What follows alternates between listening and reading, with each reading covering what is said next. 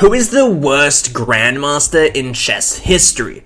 It's a question I've been wondering lately, and I think I've found the answer. I hear Ben Finegold's name come up a lot, but in reality, I don't think he really comes close. Australian Grandmaster Ian Rogers wrote an extremely critical article on Indonesia's first ever Grandmaster, Hernan Suradradja. He stated that not only was Hernan the weakest Grandmaster of all time, but that he also bribed officials to gain his international master and Grandmaster norms. Hernan sadly passed away in 2016 with an ELO of 2,215 in classical play, which doesn't make him the most glamorous Grandmaster of all time, but it certainly doesn't make him the worst. That title, according to FIDE, goes to Spanish-Romanian Grandmaster Mihai Suba, who currently boasts a classical ELO of 1,949. My question to you is, do you think you could beat him? Before I tell you the full story of Mihai Suba, I want to show you one of his games. In 1983, Mihai played in Hastings.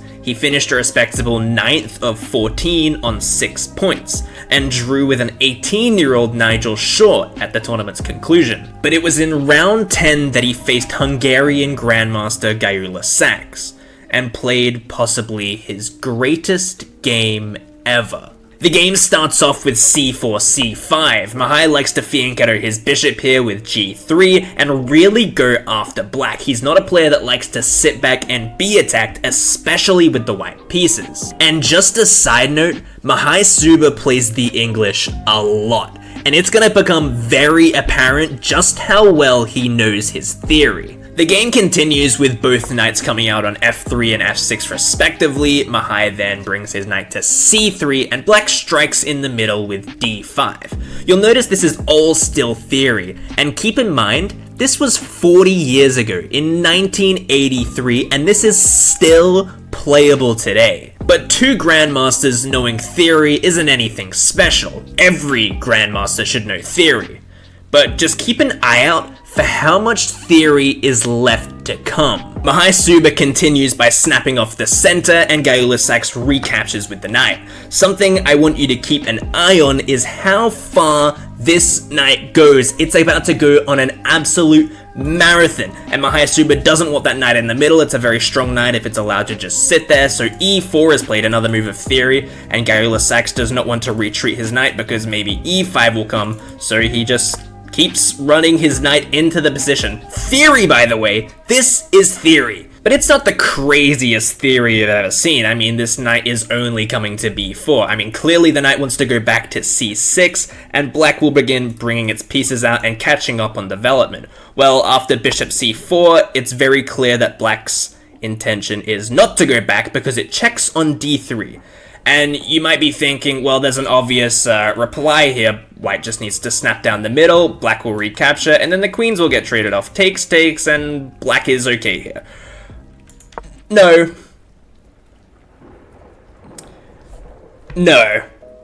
That's not what happens. King e2. Book move, by the way. Book move. And you know what? I said this night it was going on a marathon. It's not done. Knight f4 check, book move. King f1, book move. Knight e6, it has just gone on an adventure and ended up right next to where it started. And you might be thinking, this looks great for black. I mean, you've just stopped white from castling and you have no takebacks, right? You've not had to give up a pawn or make any positional concessions. Well, the issue is, yes, this king can't castle, but what does black have? I mean, you're forced to play g6 if you want to develop this bishop, because you cannot play e4, take control of the center, because you've just put your knight in front of that pawn. You've also put your knight in front of where this bishop wants to go, so this bishop g4 move that we were talking about before, it can't really come. This queen has no great squares to get onto to be active. I mean, this knight can go to c6 at some stage, that's a pretty good move. But realistically, black can't castle either.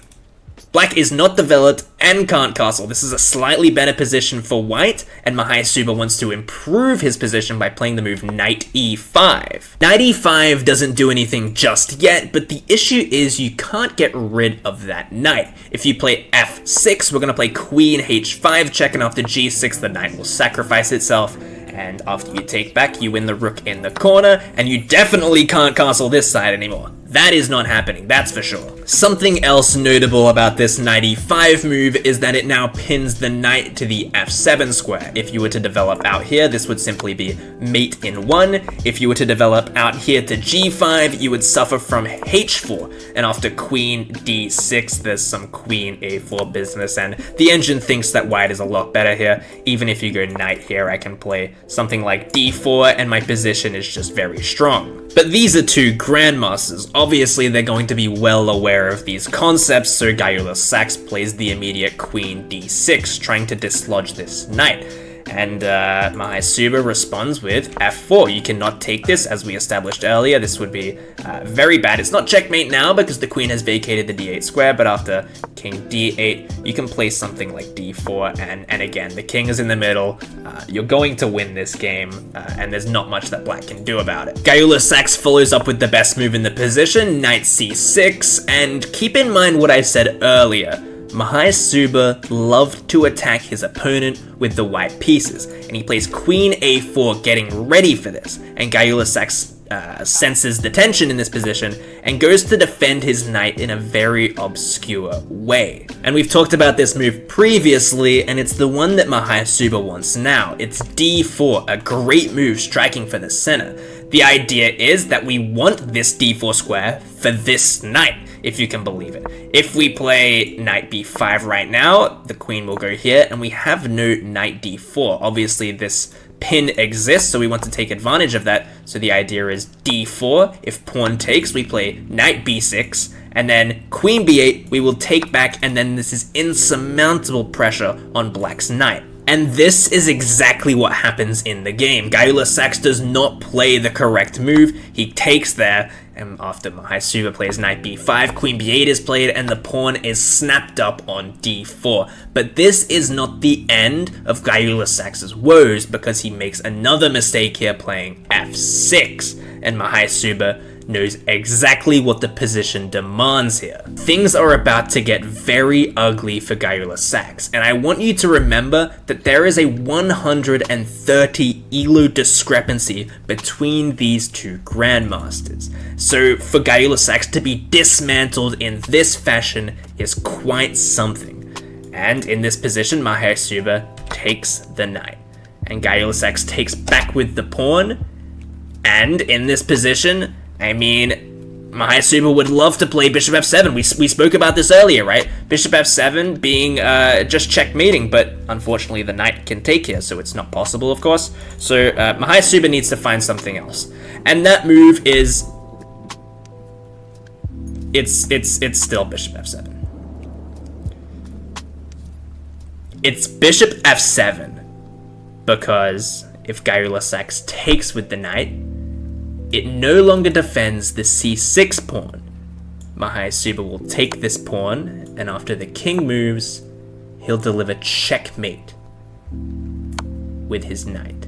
If you answered yes to being able to beat Mahai in a game of chess, you couldn't be more wrong. Mahai started playing chess at 19 years old, and by the time he was 27, he was already 2,460 elo. He was the Romanian chess champion in 1980, 1981, and 1985. He also boasted an elo of 2,580 in the late 1980s. In case you're still unsure if you could beat Mahai in a game of chess, here's a list of grandmasters that failed to beat him in an individual game of chess. 6-time world champion Garry Kasparov, 3-time world champion Anatoly Karpov, 1-time world champion Mikhail Tal, and 1-time world champion Boris Spassky. He might technically be the worst grandmaster of all time, but he used to be pretty good.